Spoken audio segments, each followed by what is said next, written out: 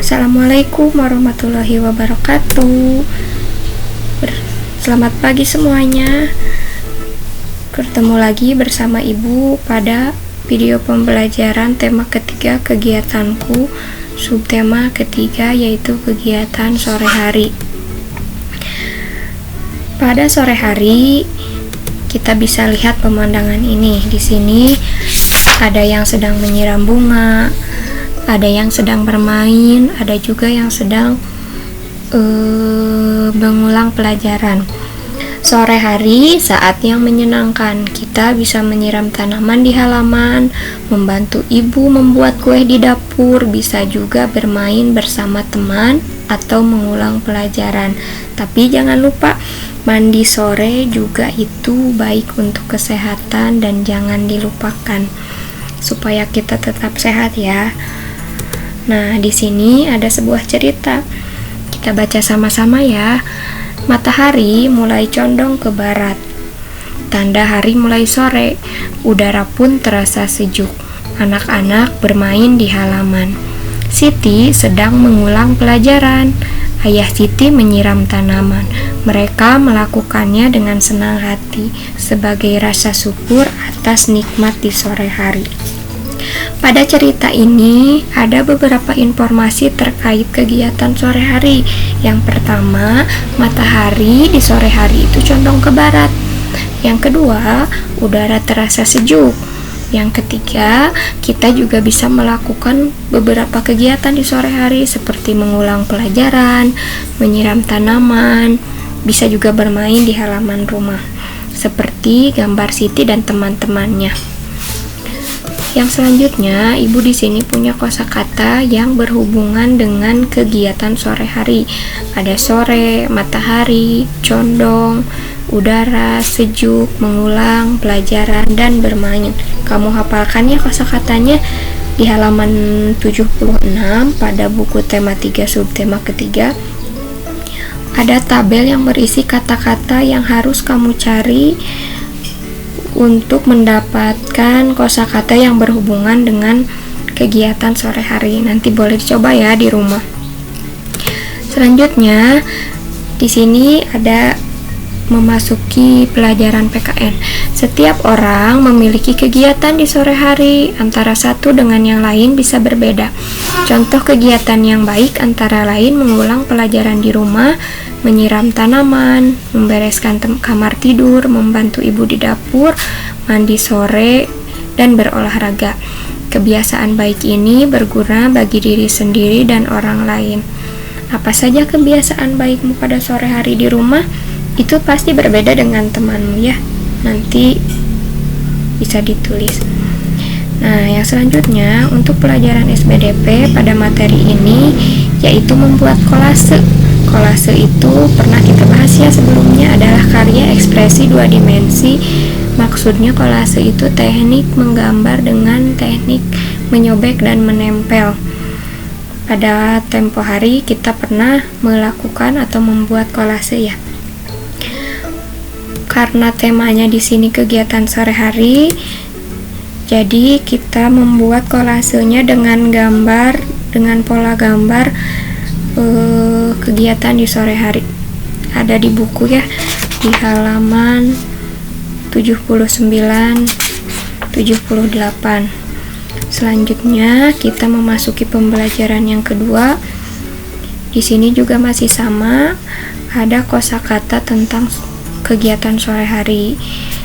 Ini katanya acak yang harus kamu susun menjadi kosakata yang berhubungan dengan sore hari. Ibu kasih contoh satu ya. SROE. Jika disusun jadi sore. Di sini ada ke bawahnya ya, masih banyak latihannya. Nah, setelah membuat atau merangkai kata tersebut, kamu bisa membuat kalimatnya. Misalkan ibu beri contoh nomor 1 dari kata sore. Contohnya kalimatnya sore hari udara terasa sejuk. Jangan lupa saat menulis kalimat, awal kalimat menggunakan huruf besar. Nama orang, nama tempat itu menggunakan huruf besar dan diakhiri dengan tanda titik. Itu selalu diingat ya setiap menulis. Ya, selanjutnya ini memasuki pembelajaran yang ketiga. Di sini ada gambar ayah Benny pulang dari kantor. Judulnya Sore yang Menyenangkan. Sore hari, ayah Benny pulang dari kantor. Benny dan ibunya sangat gembira. Ayah Benny membawa oleh-oleh. Betapa senang hati Benny. Ibu menyambut ayah dengan senyum. Benny membawakan tas ayahnya ke dalam.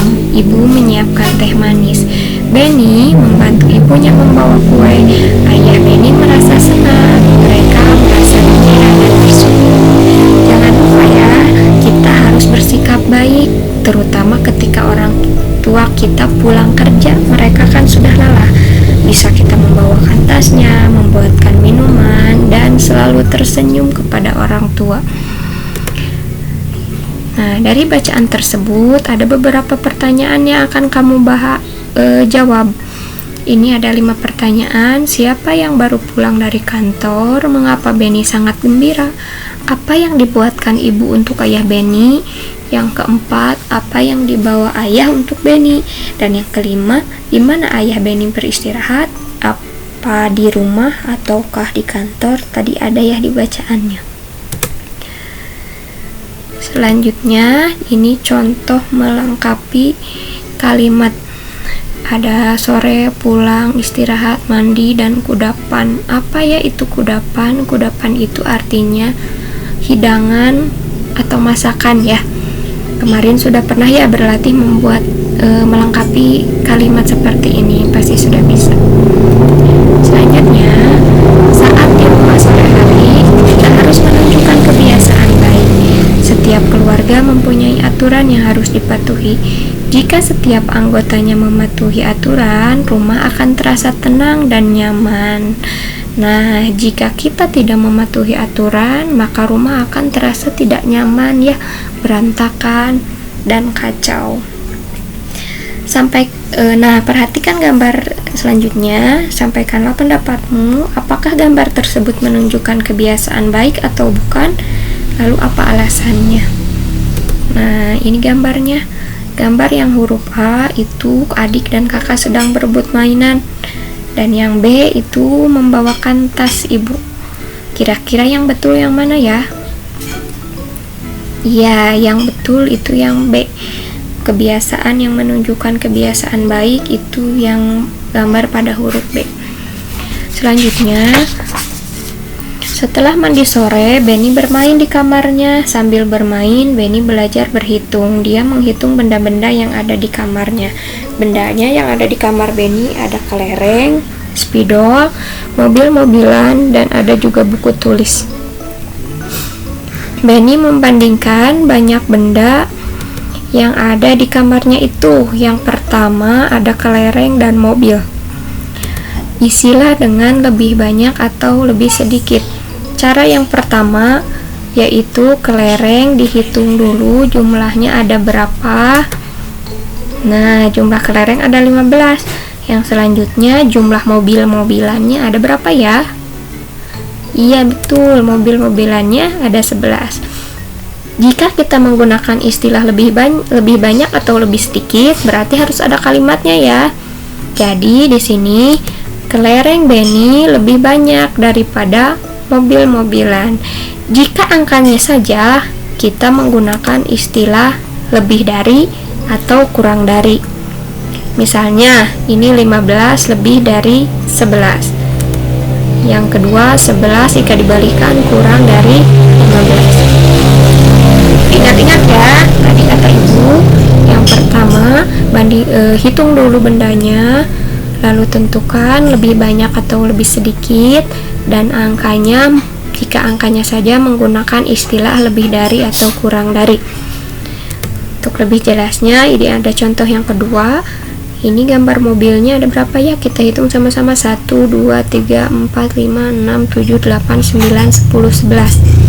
Dan jumlah buku ada 12. Jadi, mobil-mobilan Benny lebih sedikit dari buku tulis Benny. Jika angkanya saja yang ditulis jadi 11 kurang dari 12. Jika dibalikan, 12 lebih dari 11. Selanjutnya, Ibu punya gambar yang ketiga, yaitu gambar penghapus dan gambar serutan pensil.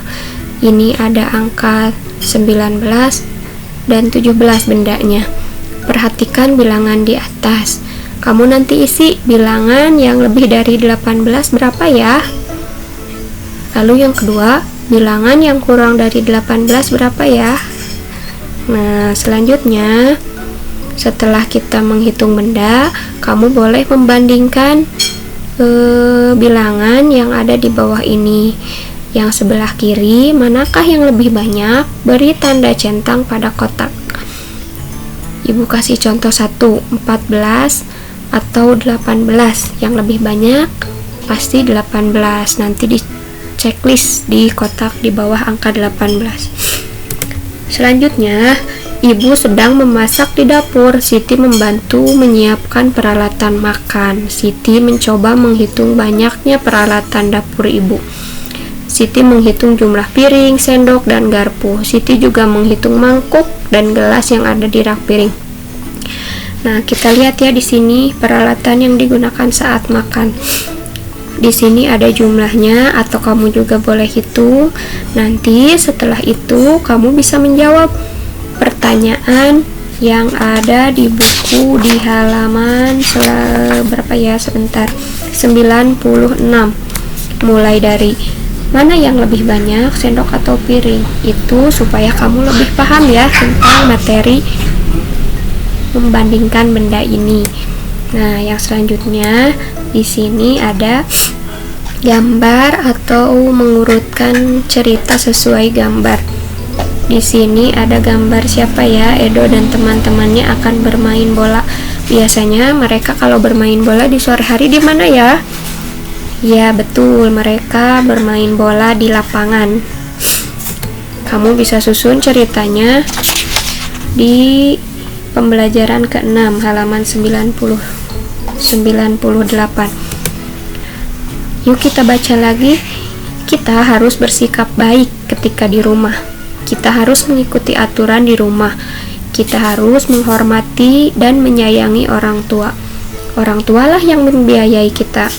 Mereka bekerja keras untuk memenuhi kebutuhan keluarga. Mereka bekerja dengan penuh semangat. Oleh karena itu, kita harus menghormati orang tua. Ketika orang tua pulang kerja, kita menyambutnya dengan sikap yang santun. Sikap yang santun itu sebenarnya tidak harus selalu ketika kita menyambut orang tua dari pulang kerja, tapi kita tanamkan setiap hari kepada siapapun untuk bersikap santun. Nah, di sini ada gambar yang menunjukkan cara yang baik menyambut orang tua dan cara yang kurang baik.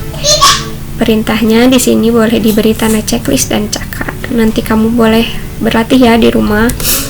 Nah, yang terakhir, materi matematika yang terakhir ini ada membandingkan dengan menggunakan kata lebih dari, kurang dari, dan menggunakan simbolnya. Ya, ini kamu bisa lihat ya. Di sini simbolnya yang lebih dari dan kurang dari. Nanti kalau kamu sudah paham, di sini kamu bisa membandingkan. Misalkan ini ada 15 lebih dari 12. Tandanya jangan sampai tertukar ya. Mungkin itu saja materi yang dapat Ibu sampaikan pada pembelajaran kali ini. Terima kasih. Tetap semangat belajar di rumah. Sampai jumpa di video pembelajaran selanjutnya. Terima kasih. Assalamualaikum warahmatullahi wabarakatuh.